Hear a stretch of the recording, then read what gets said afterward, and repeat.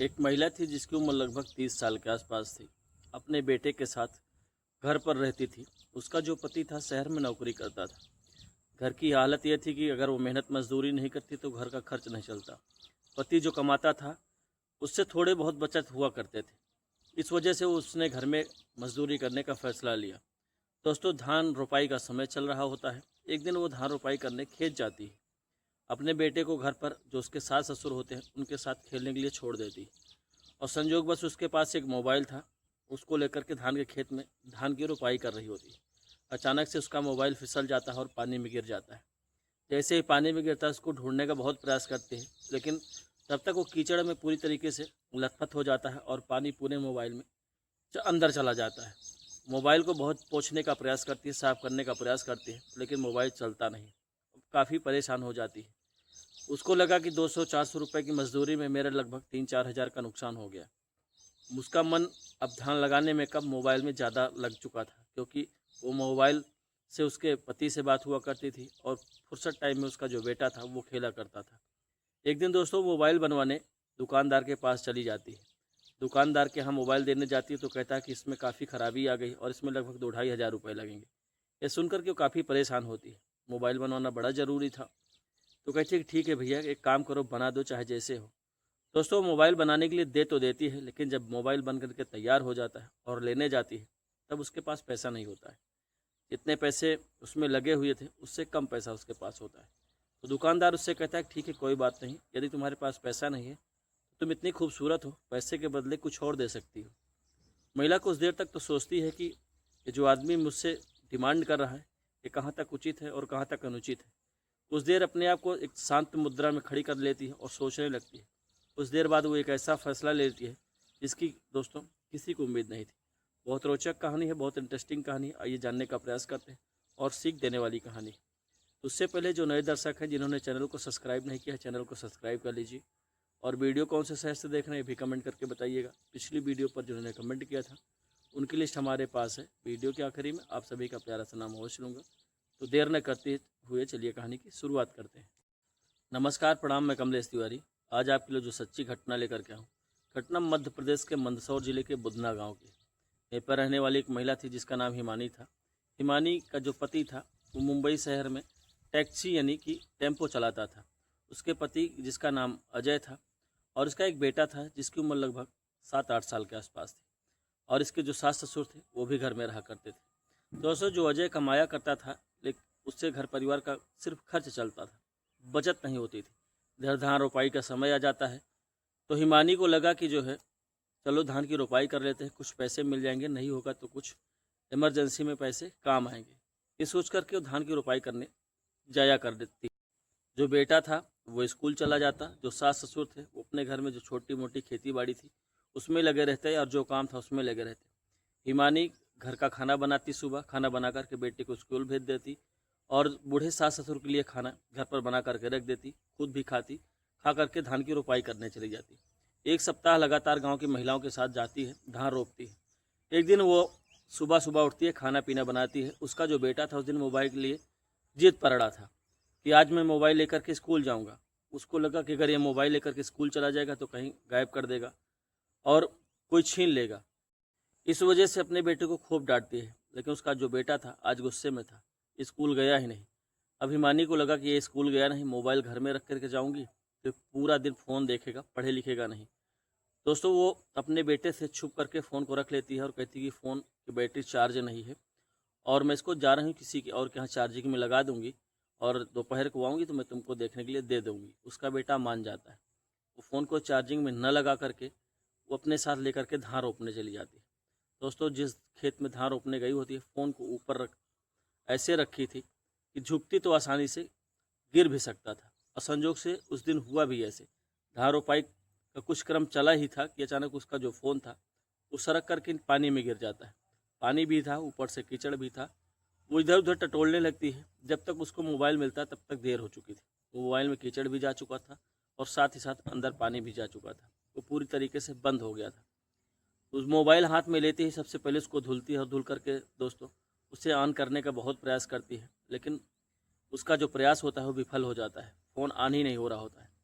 वो काफ़ी चिंता में पड़ जाती है। उसको लगा कि 100-200 रुपए की मज़दूरी के लिए मेरा काफ़ी नुकसान हो गया। अब उसका धान रोपाई में मन कम लगता था। उसका दिमाग पूरी तरीके से मोबाइल पर टिक जाता है। उसको ये लगने लगा था किसी तरीके से फ़ोन बन जाए, नहीं तो पति से भी बात नहीं होगी। उसको क्या जवाब दूँगी? क्योंकि उसका जो पति था उसको बार-बार मना भी कर रहा था कि तुमको क्या ज़रूरत है किसी के खेत में धान लगाने की, मज़दूरी करने की। जो है उसी में संतोष करो और उसी में मस्त रहो। लेकिन वो ज़बरदस्ती चली गई थी। ऊपर से ये मुसीबत आन पड़ी। वो काफ़ी हद तक परेशान हो जाती है। दोपहर का जब लंच का टाइम होता है, घर आती है, दूसरी टाइम धान लगाने नहीं जाती है। मोबाइल को लेकर के दुकानदार के पास पहुंचती है जिसका नाम ओम प्रकाश होता है। उम्र लगभग 30 साल के आसपास होती है। मोबाइल रिपेयरिंग का काम करता था। उसके दुकान पर जाती है और सारी कहानी बताती है कि भैया ऐसी होगी। ओम प्रकाश कहता है ठीक है, मोबाइल में खोल करके देख करके बताता हूँ। ऑन करने का वो भी बहुत प्रयास करता है लेकिन ऑन नहीं होता है। तो मोबाइल के सारे पार्ट्स को खोल खोल करके अलग करता है और अलग करने के बाद बताता है कि इसमें बहुत सारी दिक्कतें आ गई हैं पानी जाने के कारण। इसमें के जो मदरबोर्ड वगैरह है इसमें कुछ प्रॉब्लम आ गई है। इस वजह से हो सकता है कि इसका मदरबोर्ड चेंज करना पड़ेगा। ये सुनकर के जो हिमानी थी वो काफ़ी परेशान हो गई। बोली कि मदरबोर्ड तो काफ़ी महंगा आता होगा। तो बोला कि हाँ, कम से कम 2-2.5 हज़ार रुपये लगेगा। अब 2-2.5 हज़ार की रकम जैसे हिमानी सुनती है वो सन्न रह जाती है, क्योंकि अभी तक तो वो धान की रोपाई में इतना कमाई भी नहीं थी और उसके पास इतने पैसे भी नहीं थे। इतने पैसे उसके लिए इकट्ठा करना मानो पहाड़ जैसा था। उसको लगा था कि पति के चोरी से बनवा लूँगी और उसको पता भी नहीं चलेगा। यदि 1-2 दिन फ़ोन बंद भी आया पूछेगा तो बता दूंगी कोई समस्या की लाइट नहीं आई, चार्ज नहीं था।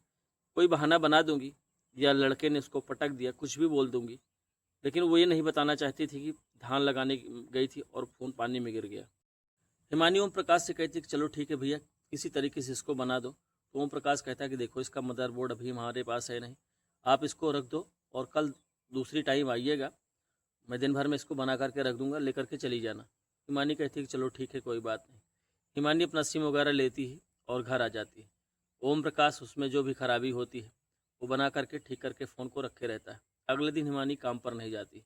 अपने पति को किसी और के फ़ोन से फ़ोन करके बताती है कि फ़ोन ख़राब हो गया है, चलते चलते अचानक पता नहीं कैसे बंद हो गया, दुकान पर दे करके आई हूँ और आज शाम तक मिल जाएगा। बहुत ज़्यादा खर्च नहीं है, 100-200 रुपये में बन जाएगा। जब वो अपने पति को बताती कि 2-2.5 हज़ार लगेगा तो भी उससे बहुत गुस्सा करता। इस वजह डर के मारे वो उससे छुपा लेती है। अब दोस्तों दूसरी टाइम का समय होता है लगभग 3 से 4 बजे के आसपास। हिमानी ओम प्रकाश के दुकान पर पहुंचती है। ओम प्रकाश के पास जब पहुंचती है तो ओम प्रकाश कहता है हाँ, मोबाइल तुम्हारा बन करके तैयार है। उसको ऑन करके दिखाता है सारी चीज़ें। वो उसमें जो फ़ोटो वगैरह होती है सब कुछ देखता है।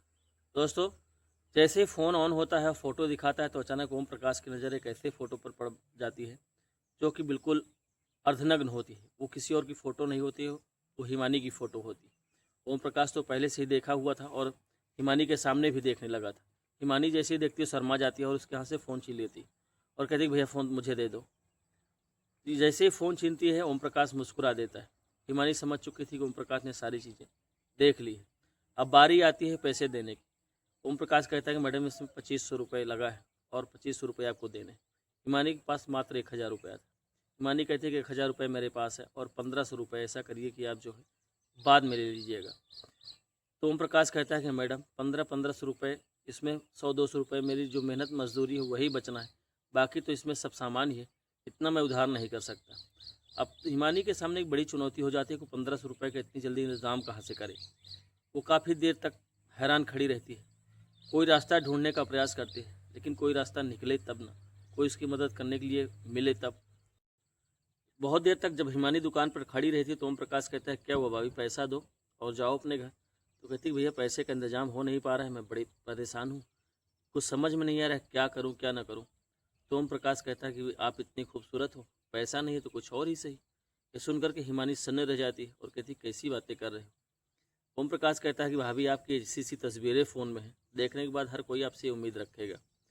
तो यह सुनकर के हिमानी शर्म से उसका जो चेहरा होता है वो नीचे झुक जाता है, क्योंकि हिमानी दिखने में बड़ी सुंदर थी और भगवान ने उसके जो शरीर की बनावट थी वो भी ऐसी बनाई थी। बड़ी देर तक अफसोस में पड़ जाती है कि करूँ तो क्या करूँ। दोस्तों कुछ देर तक खड़ी रहती है, उसके बाद जब और जो 1-2 लोग उसके दुकान पर होते हैं चले जाते हैं तो हिमानी कहती है कि ठीक है भैया, अगर ऐसा सब कुछ करने से तुम्हारे 1500 रुपये वसूल हो जाते तो मैं तैयार हूँ। जैसे ही वो हाँ बोलती है ओम प्रकाश बड़ा खुश होता है। अब ओम प्रकाश इंतज़ार करने लगता है किसी तरीके से मौका मिलने का। दोस्तों चूँकि शाम का समय था कस्टमर दुकान पर थे। तो ओम प्रकाश कहता कि इसके लिए भी आपको 1 घंटा और इंतज़ार करना पड़ेगा। अब हम बाहर चल नहीं सकते हैं, दुकान पे मेरे ग्राहक आ रहे हैं और मोबाइल में सबको जो भी सामान है या मोबाइल जिसको देना है सब कुछ दे करके जैसे मैं फ्री होता हूँ उसके बाद आगे की प्रक्रिया बढ़ेगी। हिमानी कहती है कि जो कुछ करना है और जो कुछ सोच लिए हो जल्दी से निपटा लो, क्योंकि मेरे घर में एक बच्चा भी है और मुझे आए हुए भी करीब 1 डेढ़ घंटे के आसपास हो गया है। देर से जाऊंगी तो घर वाले काफ़ी परेशान होंगे। तो कहता है कि देर नहीं होगी, थोड़ी देर और इंतज़ार करो, बस मैं कुछ सोचता हूँ। दोस्तों थोड़ी देर बाद ओम प्रकाश अपने दुकान का शटर डाउन कर लेता है और शटर के अंदर हिमानी और ओम प्रकाश दोनों होते हैं और दोनों के बीच दोस्तों गंदा खेल चलने लगता है। ना तो ओम प्रकाश को पता थी कि आने वाले टाइम में मेरे साथ क्या होगा, ना ही हिमानी को। अब हिमानी ओम प्रकाश का जो खेल था एक शुरुआत थी। कुछ देर बाद दोनों का काम खत्म होता है, हिमानी अपने घर चली जाती है। लेकिन अब यहीं से हिमानी ओम प्रकाश के बीच प्रेम संबंध की शुरुआत हो जाती है। अब हिमानी को रिचार्ज कराना होता या कुछ भी होता तो ओम प्रकाश को फ़ोन कर देती कि रिचार्ज कर दो, ओम प्रकाश रिचार्ज कर देता। उसके जो पैसे थे हिमानी कुछ अलग तरीके से चुकाया करती थी। ओम प्रकाश को भी लगा कि अगर छोटे मोटे खर्चों में ऐसी चीज़ मिल रही है तो क्या बुराई है। अब धीरे धीरे करके दोनों को एक दूसरे की लत लग जाती है। हिमानी और ओम प्रकाश छुप छुप करके खूब मिलते हैं। जब वक्त मिलता है तो अपने दुकान के अंदर ये सारा क्रियाकलाप चलने लगता है। दोस्तों लगभग 3 से 4 महीने के आसपास का समय बीत जाता है और ओम प्रकाश के जो दुकान होती है उसमें एक CCTV कैमरा लगा हुआ था। दोस्तों सारी जो क्रियाएं हुआ करती थी उस कैमरे में रिकॉर्ड हुआ करती थी, किसी को कानों कान खबर नहीं थी। ओम प्रकाश ने भी कभी इन सब चीज़ों को या अपने जो कैमरे में रिकॉर्डिंग थी उसको उलट करके कभी नहीं देखा। उसको लगा कि मेरे अलावा देखेगा कौन। समय का चक्र बीतता जाता है, लगभग 2-3 महीने के आसपास का और समय बीत जाता है और इनकी सबकी प्रेम कहानी चरम सीमा पर थी। अचानक एक दिन ओम प्रकाश एक चोरी का मोबाइल लिया था और उसको लॉक वगैरह तोड़ा था, जिसके कारण इसके दुकान पर पुलिस आती। ये बहाने बना रहा था कि मैंने ऐसा कुछ नहीं किया। तो पुलिस उसकी जो CCTV फुटेज होती है वो खंगालने लगती है। जब CCTV फुटेज निकाली जाती है तो उसमें दोस्तों मोबाइल तो मिलता ही है, साथ ही साथ इसकी जो हरकतें होती पुलिस को वो भी मिल जाती है। जैसे ही पुलिस ये वीडियो देखती है परेशान हो जाती है और इसको पकड़ लेती है। कहती है कि दुकान के अंदर तुम ऐसा अश्लील हरकत करते हो। दोस्तों उसकी जो वीडियो क्लिप होती है पुलिस वाले निकाल लेते हैं और धीरे धीरे करके ये वीडियो सोशल मीडिया पर जोरों से वायरल होने लगती है। उस वीडियो में हिमानी की ऐसी ऐसी तस्वीरें थी कि जो कोई देखता वो देखता ही रह जाता। हिमानी भी किसी से कम ना थी। पति शहर में था और पति की गैर मौजूदगी में उसने ऐसी कोई कसर नहीं छोड़ी उस अपने प्रेमी के साथ। उसने भी अपनी ज़िंदगी का खूब आनंद लिया और उस आनंद के पल पूरी तरीके से उस वीडियो में थे। दोस्तों अब हर कोई हिमानी को देखता तो जब भी देखता मुस्कुरा कर कहता है अरे तो मोबाइल का जो दुकान खोला है ओम प्रकाश उसकी प्रेमिका है। धीरे धीरे करके जो चर्चे थे चोरों पर हो जाते हैं। फिलहाल जो ओम प्रकाश था वो थाने जाता है, उसको पुलिस ले जाती है और थाने जाने के बाद उससे इंक्वायरी होती है। जो मोबाइल लिया रहता है जिसका लॉक तोड़ा रहता है उसकी जानकारी देता है, पुलिस उसको पकड़ लेती है और ओम प्रकाश को छोड़ देती है। फिलहाल पुलिस उसको हिदायत देती है, ये समझा बुझा करके छोड़ती है जो अश्लील काम दुकान में कर रहे हो दोबारा ऐसा मत करना, क्योंकि मैं अब हर हफ्ते तुम्हारी दुकान में आऊँगा और तुम्हारी CCTV फुटेज चेक करूँगा। ये वापस आ जाता है, पुलिस इसको समझा बुझा करके छोड़ देती है। आने के बाद वीडियो पूरी तरीके से वायरल थी। दोस्तों ये भी देख लेता है वीडियो। अब ये बहुत शर्मिंदगी महसूस करता है। इधर जैसे ही हिमानी को पता चलता है कि ओम प्रकाश छूट करके आ गया है, झट से ओम प्रकाश के पास जाती है और कहती कि तुमने ये क्या कर दिया और तुमने मेरी वीडियो बना ली। तो ओम प्रकाश कहने लगा कि मुझे खुद नहीं पता था, ऊपर CCTV कैमरा लगा था और सारा रिकॉर्ड हो गया। मुझे पहले से पता होता तो मैं उसको डिलीट कर देता, लेकिन उस दिन ऐसी घटना हो गई जब इसका खुलासा हुआ तो सारी वीडियो बाहर आ गई। हिमानी कहती कि मेरे पति को अगर पता चल जाएगा और वीडियो देख लिए तो मुझे घर से निकाल देंगे।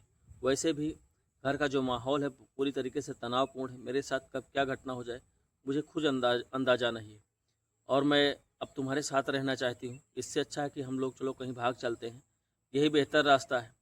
दोस्तों कहीं न कहीं जो ओम प्रकाश था वो भी हिमानी के प्यार में पागल था। हिमानी और दोनों एक दूसरे से लगभग 3 से 4 महीने के आसपास जुड़े हुए थे। दोनों के बीच जो संबंधों का खेल था वो अनवरत चल रहा था। कहीं न कहीं दोनों एक दूसरे के साथ लंबे समय से जुड़े होने के नाते जो प्रेम था वो गहरा हो चुका था। दोस्तों जब हिमानी ये बात कहती है तो उसकी बात ओम प्रकाश के दिमाग में घर कर जाती है। उसको लगा कि बेइज्जती हो ही गई है, ऊपर से दिखने में भी सुंदर है, क्या बुराई है। दोस्तों ओम प्रकाश एक दिन हिमानी को रात में बुलाता है और लेकर के भाग जाता है। अपने बेटे को हिमानी घर पर छोड़ देती है। दोस्तों सुबह होती है तो पता चलता है कि हिमानी घर से गायब है। अब उसके जो सास ससुर होते हैं अपने बेटे को गांव के एक लड़के को बुला करके फ़ोन करवाते हैं और फ़ोन करके बताते हैं कि रात से हिमानी गायब है।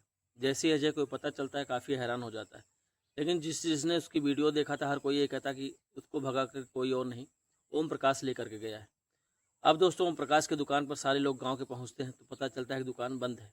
ओम प्रकाश का जो नंबर लिखा होता है उस पर लोग फ़ोन लगाने का प्रयास करते हैं, फ़ोन स्विच ऑफ आ रहा होता है। इधर जो हिमानी के सास ससुर थे गांव के मदद के माध्यम से थाने पहुंचते हैं, एफआईआर दर्ज कराते हैं और उसके बाद पुलिस छानबीन में लग जाती है। लगभग 15 दिन के आसपास की छानबीन चलती है, नंबर को सर्विलांस पे लगाया जाता है। उसके बाद पता चलता है कि ये लोग दिल्ली में हैं। उत्तर प्रदेश पुलिस दिल्ली पुलिस से संपर्क साधती है और लोकेशन के आधार पर इन दोनों को गिरफ्तार करके मंदसौर थाना ले आती है। लाने के बाद दोस्तों जब इनसे सबसे पूछताछ होती है तो दोनों एक दूसरे के साथ रहने के लिए राजी हो जाते हैं। इधर उसका पति जो अजय था वो भी आ चुका था।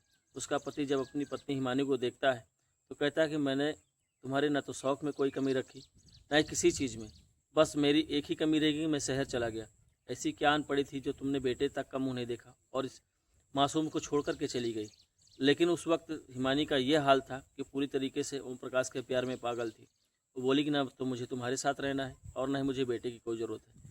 ये बात सुनकर के ओम प्रकाश कहता है कि ठीक है, तुझे जो करना है जाके कर, मेरी संतान है, मैं इसे पाल पोस करके बड़ा कर लूँगा। दोस्तों पुलिस के सामने जब उसके साथ रहने के लिए राजी हो जाती है तो लिखा पढ़ी के साथ समझौता हो जाता है और समझौते में ओम प्रकाश के साथ रहने के लिए हिमानी राजी हो जाती है और दोनों एक दूसरे के साथ जाते हैं, कोर्ट मैरिज कर लेते हैं और पति पत्नी के रूप में रहने लगते हैं। और इधर जो हिमानी की वीडियो होती है वो तेज़ी से वायरल होती है। थाने में जब हिमानी और ओम प्रकाश पहुँचते हैं तो जो पुलिस वाले मोबाइल की जांच करने गए थे जिनको वीडियो क्लिप हाथ लगी थी वो लोग देख करके तुरंत पहचान जाते हैं, ये तो वही महिला है, इसका वीडियो रिकॉर्ड हो चुका था, सोशल मीडिया पर चल रहा है।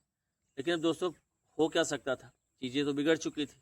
हिमानी अब चली जाती है ओम प्रकाश के साथ और इधर जो अजय था उसका जो मन था पूरी तरीके से टूट चुका था, भरोसा किसी के ऊपर नहीं रहा। उसको लगा कि अब मेरे बूढ़े माँ बाप हैं, इनको कौन बनाए खिलाएगा, ऊपर से 7 साल का बेटा, इसकी जिम्मेदारी कौन।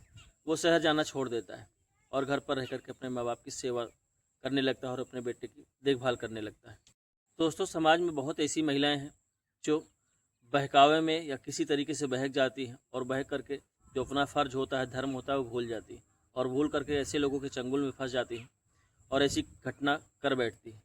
ना तो उन्हें समाज में किसी की बदनामी का डर रहता है ना बुराई का, उन्हें तो सिर्फ अपनी व्यक्तिगत ज़रूरत जो होती है उसका जो है एहसास रहता है। इसीलिए कहते हैं कि कभी भी ऐसा कोई कदम न उठाएं जिससे मान मर्यादा भंग हो और समाज में बुराई बदनामी हो। तो सावधान रहें, सतर्क रहें। कहानी सुनाने का उद्देश्य बस इतना ही। कल मिलूंगे नई कहानी के साथ, लेकिन जाने से पहले जिन्होंने पिछली वीडियो पर कमेंट किया था 2 मिनट उनका प्यारा सा नाम लेना चाहूँगा।